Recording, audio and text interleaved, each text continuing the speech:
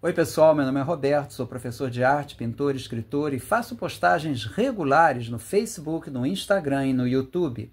O século IV na Grécia foi diferente da era estável do estadista Fídias. Eu me refiro ao século IV antes de nossa era. Foi um tempo de grandes mudanças. À medida que as estruturas políticas e sociais passavam por drásticas mudanças, o sentimento religioso também se transformava, e a influência dos sofistas e do filósofo Sócrates fazia com que os homens abandonassem anteriores formas de pensar. A arte, então, se tornou a expressão da agitação dos tempos. Já havia sinais dessas novas tendências em obras do escultor Skopas, que viveu no século IV antes de nossa era. Ele foi um escultor e arquiteto grego do período clássico tardio, que foi classificado por escritores antigos como um dos 3 maiores escultores da segunda metade do século IV antes de nossa era, junto com Praxíteles e Lísipo. Skopas foi influente em estabelecer a expressão de emoções como tema artístico.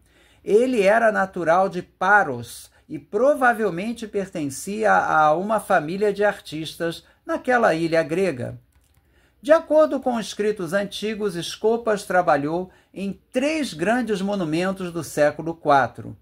O Templo de Atena Aleia, em Tegeia, na Arcádia, o Templo de Ártemis, em Éfeso, e o Mausoléu, em Alicarnasso.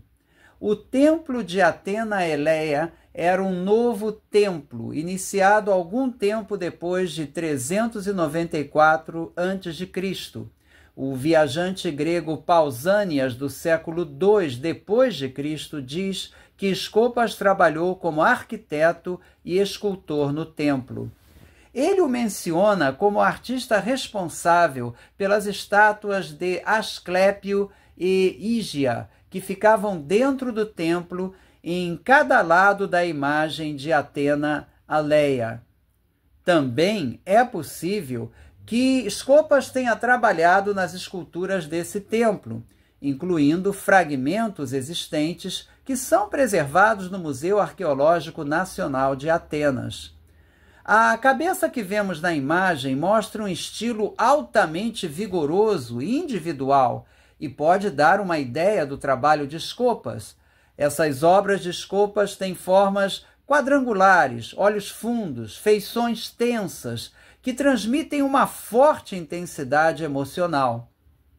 De acordo com o escritor romano do século I d.C., chamado Plínio, Skopas produziu os relevos que adornam uma das colunas do templo de Ártemis.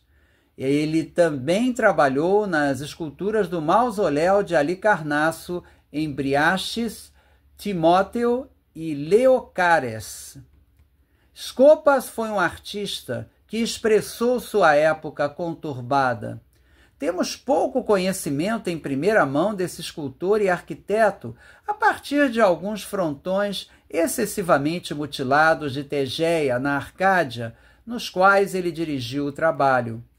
Várias cabeças, como eu mencionei, apesar da ruína do templo, mantiveram sua expressão de intensidade comovente, que vem em grande parte de seus olhos profundos e sombrios, voltados para cima, sob sobrancelhas pesadas e inclinadas, que são unidas em uma espécie de carranca.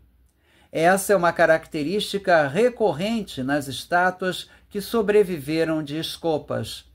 Algumas, como a famosa Mênade, se contorcem em frenesi, movidas por um êxtase violento. O artista escolheu particularmente retratar personagens trágicos, predestinados, como Meleagro, que vemos na imagem, Hércules e Níobe.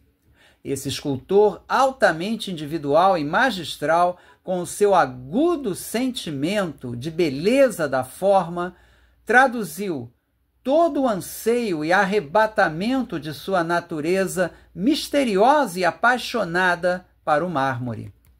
A escultura já havia percorrido um longo caminho desde a serenidade e a suavidade da obra de Praxíteles, o qual eu abordei em outro programa desse canal.